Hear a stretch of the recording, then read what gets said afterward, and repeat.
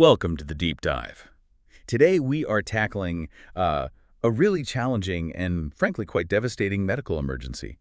Amniotic fluid embolism. Most people just call it AFE. Yeah, AFE. And you hear that word, embolism. Right. And you immediately think, okay, blockage. Something physical, maybe like a blood clot or some debris getting stuck somewhere, a mechanical thing. Exactly that expectation. And well, that's precisely why we need this deep dive today, because as we went through the clinical sources, the literature, it became really clear that just calling AFE a mechanical blockage, it's completely misleading. It's much, much more sinister. So our mission today is to move past that sort of simple definition. Definitely. We need to really understand the core pathology. AFE isn't fundamentally a plumbing problem. It's more like a full-scale, immediate systemic biochemical disaster. That distinction, plumbing versus biochemistry, that feels like the heart of the mystery here, and the speed, the severity, it's almost unparalleled in obstetrics, isn't it? It really is. I mean, just to set the stage, AFE is the 5th leading cause of maternal mortality worldwide. 5th worldwide. Wow. Yeah.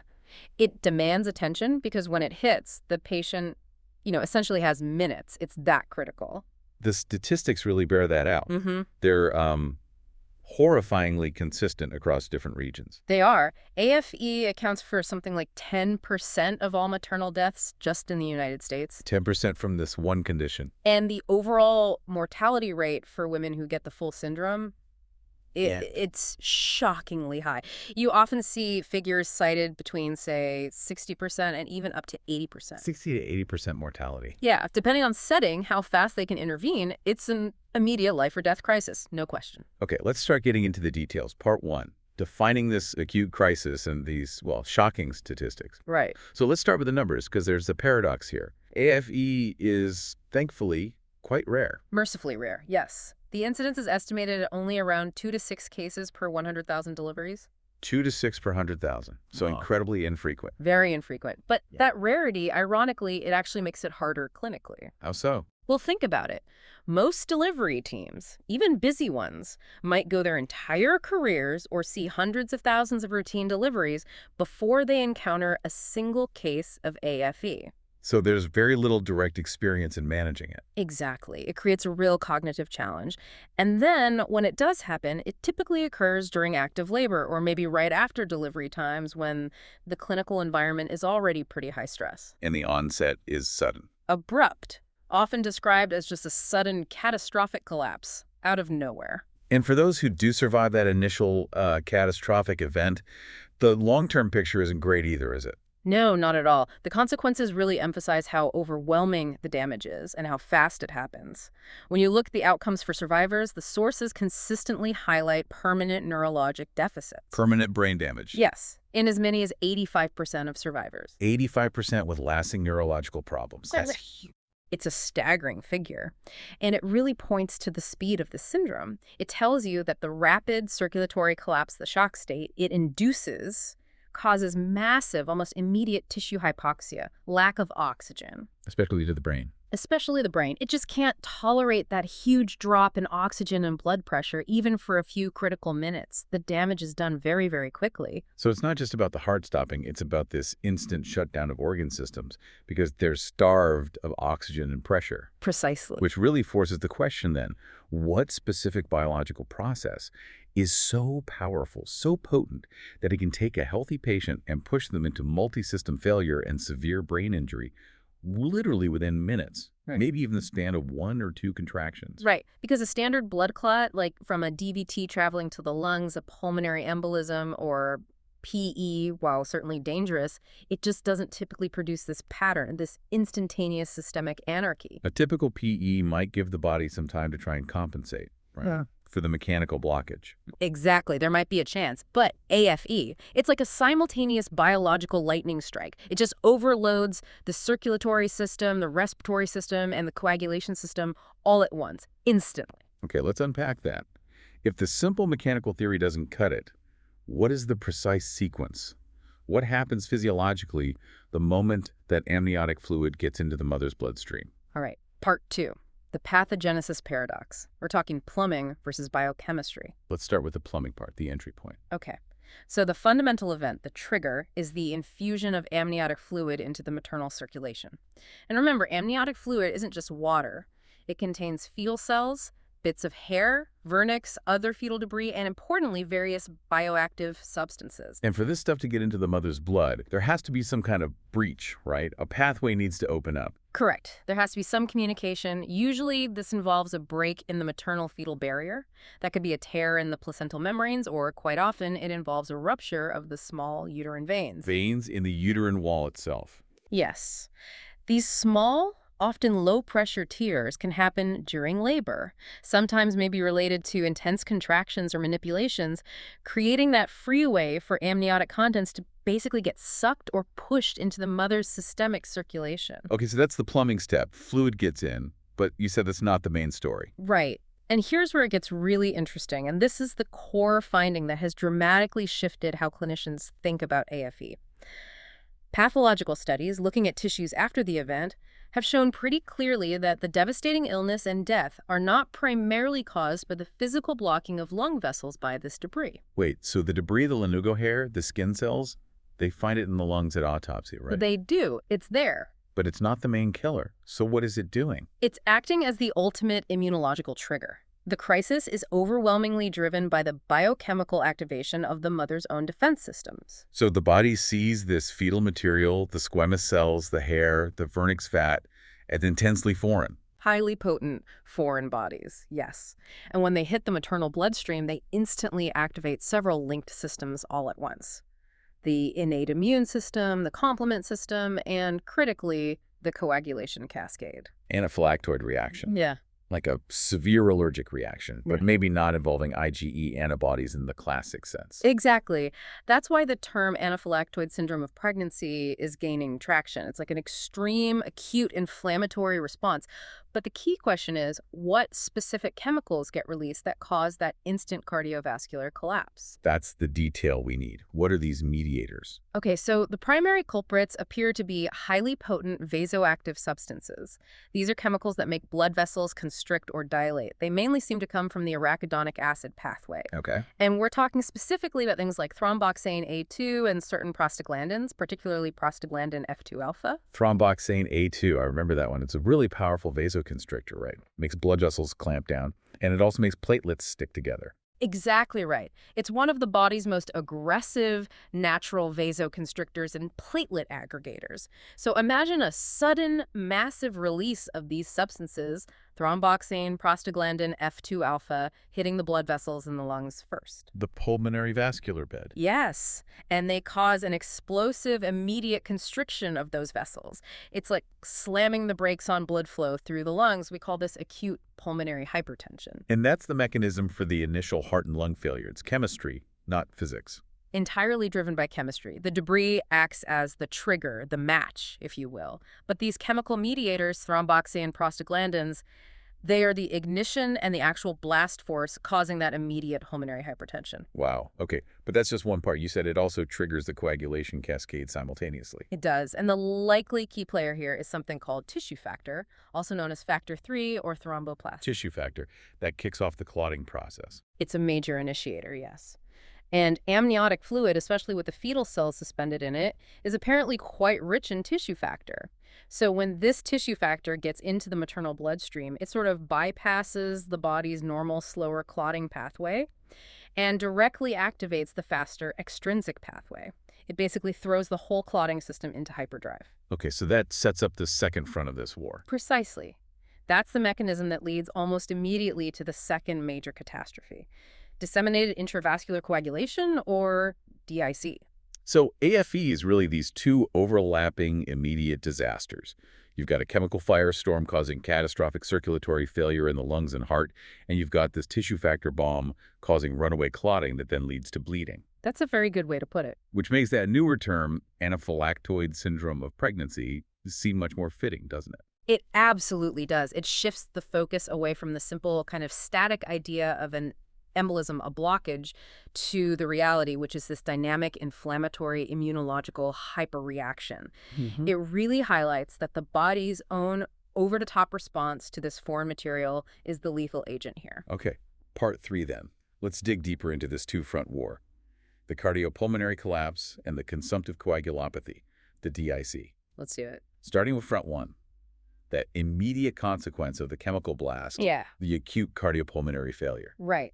So as we said, that massive release of thromboxane A2 and prostaglandin F2 alpha causes immediate, just overwhelming constriction of the pulmonary arteries. Acute pulmonary hypertension, but like the most severe kind you can imagine. It's like trying to pump blood through a pipe that's suddenly being clamped almost shut. Exactly. And the right side of the heart, the right ventricle, it's just not built for that kind of pressure. It's designed to pump blood into the low pressure circuit of the lungs.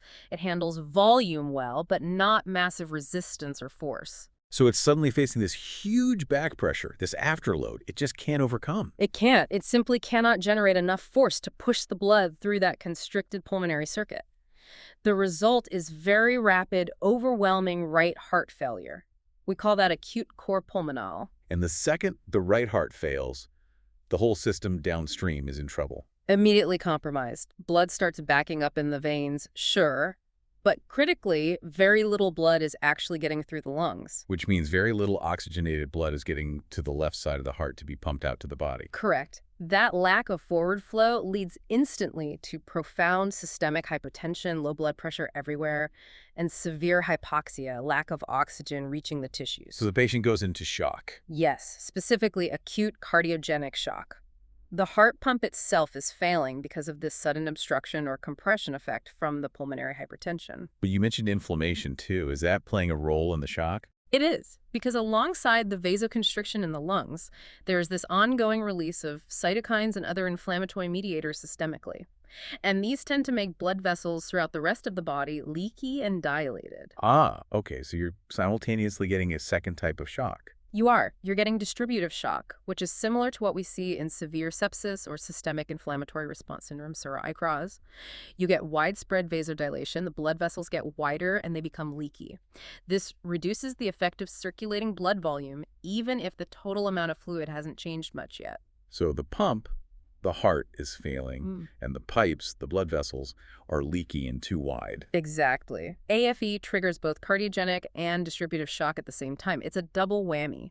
Even the limited blood that is getting pumped isn't being effectively distributed to the vital organs like the brain, kidneys, etc. The cumulative result has to be just profound multi-organ hypoxia. And very rapidly irreversible brain damage. That's why the neurological outcomes are so poor. The sheer speed of that transition is terrifying. But okay, the patient isn't just dying from shock. They're also facing that second front simultaneously. DIC. Right. Front 2. Disseminated intravascular coagulation. DIC. It sounds bad just from the name. It is. It's considered the defining hematological signature of AFE. What happens is you get this immediate chaotic activation of the clotting system throughout the entire microcirculation, the tiniest blood vessels. Triggered by that tissue factor from the amniotic fluid. Primarily, yes. Tissue factor is the most potent initiator of the extrinsic clotting pathway. So it kicks off clotting everywhere, in the capillaries of the heart, the lungs, the kidneys, the brain.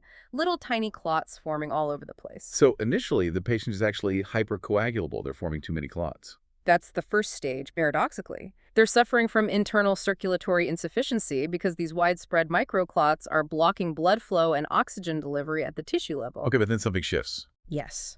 Because as this runaway clotting, this rampant thrombosis continues, the body rapidly burns through all of its available clotting resources. Like platelets. Platelets, yes, and all the soluble clotting factors, things like fibrinogen, prothrombin, factor V, factor VIII. Imagine a factory suddenly switching to emergency wartime production and just consuming every last bit of raw material it has within minutes. And once the raw materials, the platelets and factors are gone. The system collapses, and that leads directly to the second catastrophic phase of DIC.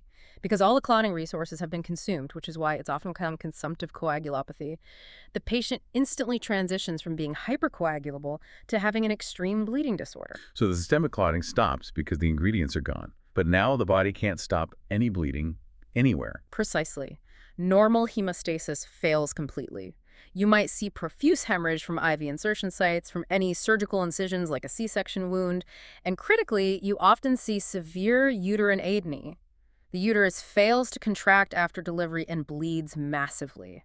This leads to rapid, profound hypovolemic shock from blood loss, compounding the existing shock states. Wow. So you have organ failure happening because of the microclots, and then you have catastrophic bleeding because the ability to clot is just gone. It's a terrifying clinical picture.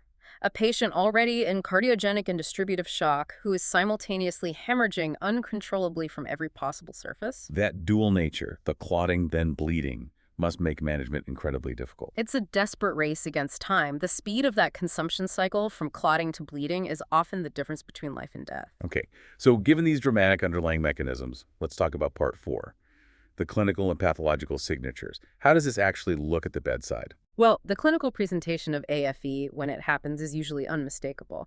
The main challenge is the tragically small window for recognition and action. What are the classic signs clinicians are told to look for? The onset described in the sources is typically sudden, severe respiratory distress.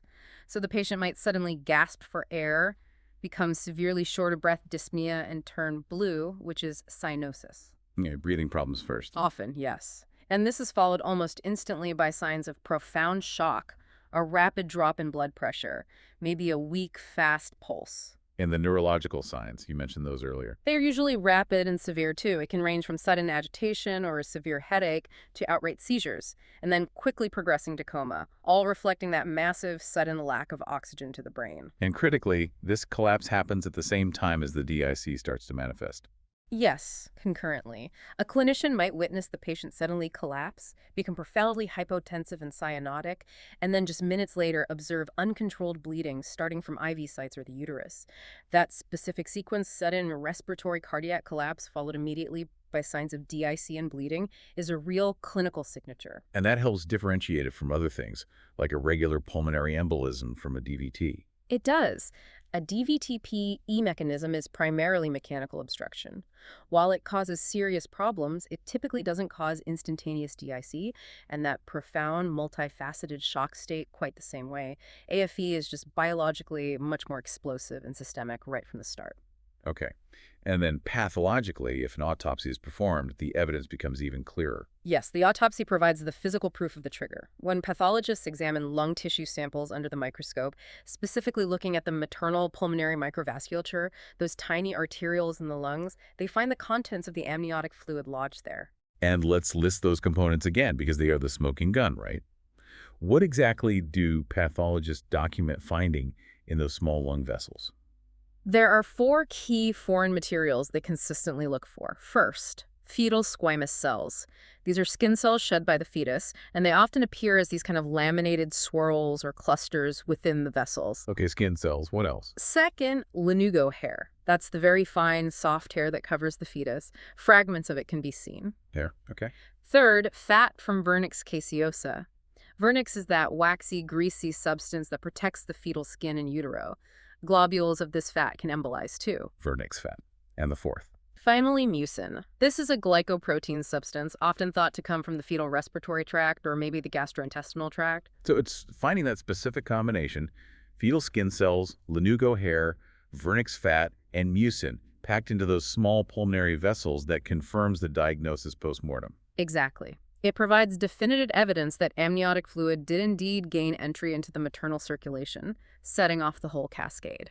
But, and this is the crucial point we keep coming back to, We have to reiterate it. While that debris is physically present and it might contribute some minor degree of mechanical blockage in the tiniest capillaries, the primary reason the patient dies is not because their lungs are physically clogged with hair and skin cells. right?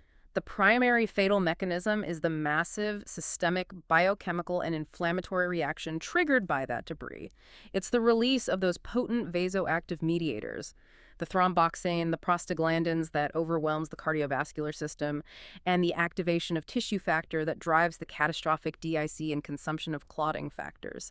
The debris is the trigger, the smoking gun, yes, but the body's own internal reaction is the executioner. That understanding is absolutely key. Which brings us to part 5, advancements in understanding and clinical management. How has knowing this biochemical basis changed how AFE is approached? Well, this deeper pathological understanding has definitely led to significant shifts, primarily, as we mentioned, by changing the fundamental way we even talk about the problem. Using terms like anaphylactoid syndrome of pregnancy has been important. How does that name change impact the clinical focus? It's crucial because it immediately signals to the responding clinical team that they aren't just fighting a blockage.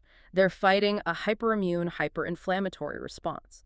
And that dictates a much more aggressive and multifaceted management strategy, going way beyond just standard cardiac resuscitation, for instance. Okay, so since the root cause is this catastrophic inflammatory and coagulation cascade, the therapy has to focus on tackling the consequences, right?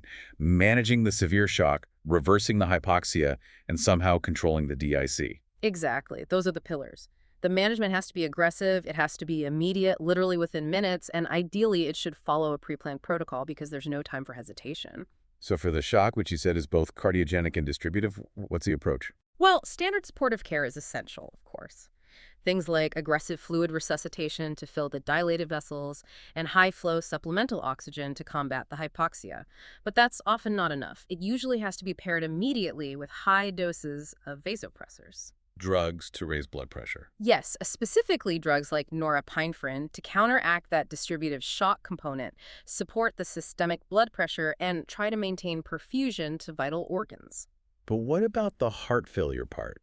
The right ventricle failing against that massive pulmonary pressure? Standard CPR might not work well there. It often struggles, yes. If the right ventricle is completely overwhelmed by that acute pulmonary hypertension, just doing chest compressions might not effectively move blood forward. So what else can be done in those really severe cases? This is where advanced supportive measures are increasingly considered, though they're not available everywhere. For refractory cardiorespiratory collapse, meaning the patient just isn't responding to fluids, oxygen, pressors, maybe even intubation, modern protocols might activate advanced cardiac life support techniques. Like what? Like ECMO, which stands for extracorporeal membrane oxygenation. Putting the patient on heart-lung bypass. Essentially, yes. Or even ECPR, which is extracorporeal cardiopulmonary resuscitation, initiating ECMO during an active cardiac arrest. These machines can temporarily take over the function of the heart and lungs entirely. How does that help? It bypasses the constricted, diseased pulmonary vasculature. It oxygenates the blood outside the body and pumps it back in, maintaining organ perfusion. This can buy the patient precious time hours, maybe even a day or two, for those inflammatory mediators to hopefully clear, for the pulmonary hypertension to resolve, and for the heart to recover. Wow. ECMO is a huge intervention. Highly specialized, resource-intensive. It really underscores the severity of the collapse in AFE. It absolutely does. It's reserved for the most dire cases, but it reflects the understanding that sometimes you just need to artificially support the circulation past the peak of the insult. Okay, so that's circulatory support. Now, what about tackling that other huge hurdle, the DIC? How on earth do you manage that tightrope walk, trying to stop the internal clotting, but also prevent the patient from bleeding to death? Yeah, that is arguably the most complex piece. You have to interrupt that consumptive cycle, and you have to do it immediately. The main strategy clinical teams use now is activating what's known as a massive transfusion protocol, or MTP. Massive transfusion protocol. What does that involve? It's not just giving bags of blood, right? No, it's much more specific than that. It's about delivering a carefully balanced resuscitation using specific blood products in predetermined ratios. What are those ratios trying to achieve? Why is balance important? The goal is typically to mimic the composition of whole blood that's being lost, and critically, to replace the specific components that are being consumed by the DIC. So many MTPs aim for a ratio that approximates 1 to 1 to 1. 1 unit of what to 1 unit of what to 1 unit of what? 1 unit of packed red blood cells to 1 unit of fresh frozen plasma to 1 unit of platelets. So why that comment? Well, the fresh frozen plasma contains all the soluble clotting factors that have been consumed by the runaway clotting. The platelets replace the platelets that have been used up or trapped in microclots. And the red blood cells maintain the oxygen carrying capacity that's being lost through the hemorrhage. So you're trying to replenish everything that's being used up or lost in the right proportions. Exactly. This aggressive, balanced factor replacement is absolutely critical to try and stabilize the coagulation system before the internal or external bleeding becomes completely irreversible. It sounds like a continuous, nonstop infusion of replacement factors, just trying to stay ahead of the body's own hyper-aggressive consumption machine. That's a good way to think about it. And the speed of initiating the MTP is paramount. Minutes matter. Now, you mentioned the inflammatory anaphylactoid nature. Has that led to exploring other treatments, like anti-inflammatories? It has. Because AFE is now understood largely as this hyperinflammatory event, there's an ongoing clinical discussion and some case reports regarding the potential use of immunomodulatory agents, specifically corticosteroids.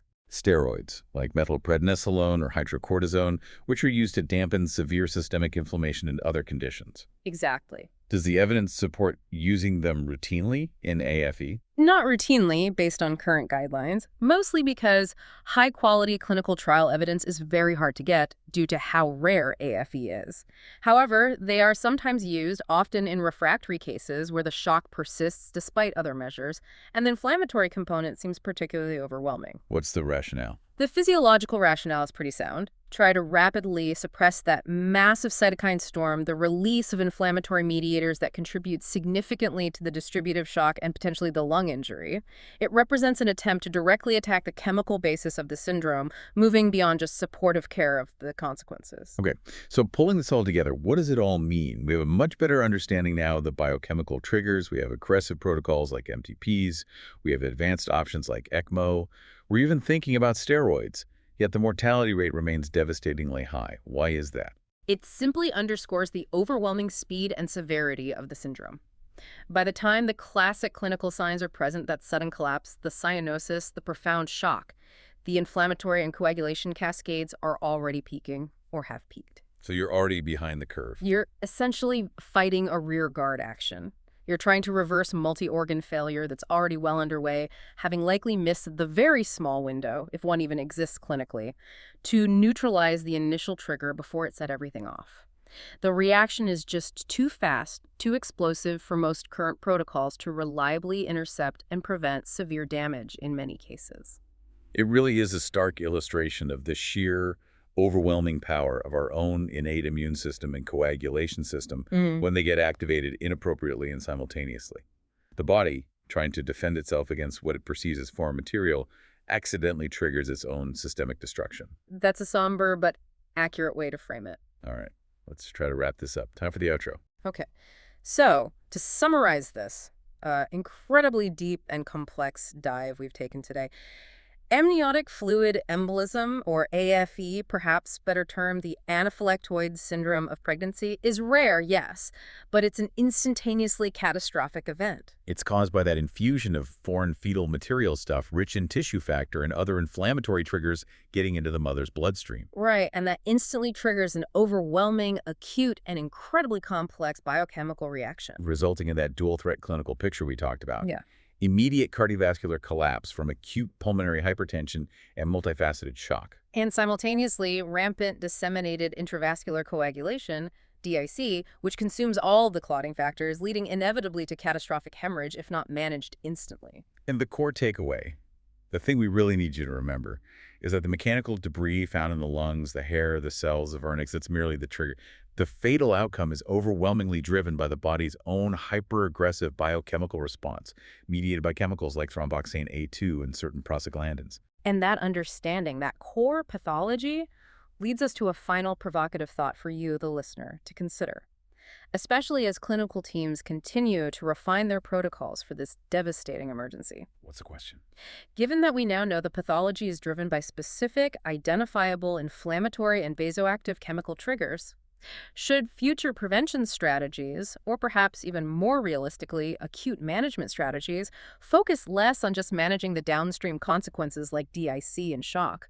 Should we instead prioritize the immediate, targeted pharmacological neutralization of those specific vasoactive substances, blocking the thromboxane, blocking the prostaglandins, maybe with specific inhibitors, at the very, very first sign of collapse? Shifting the focus from damage control upstream to immediately blocking the biochemical ignition system itself. That is a truly provocative thought for a syndrome that gives its victims and the clinicians trying to save them such agonizingly little time to react. It is, but perhaps that's where future breakthroughs might lie. Thank you for joining us for this deep dive into the complex pathogenesis of amniotic fluid embolism. Always a pleasure to unpack the complexity. Hopefully it was useful. We'll catch you next time for more deep dives into the science and the stories behind some of the most challenging topics out there.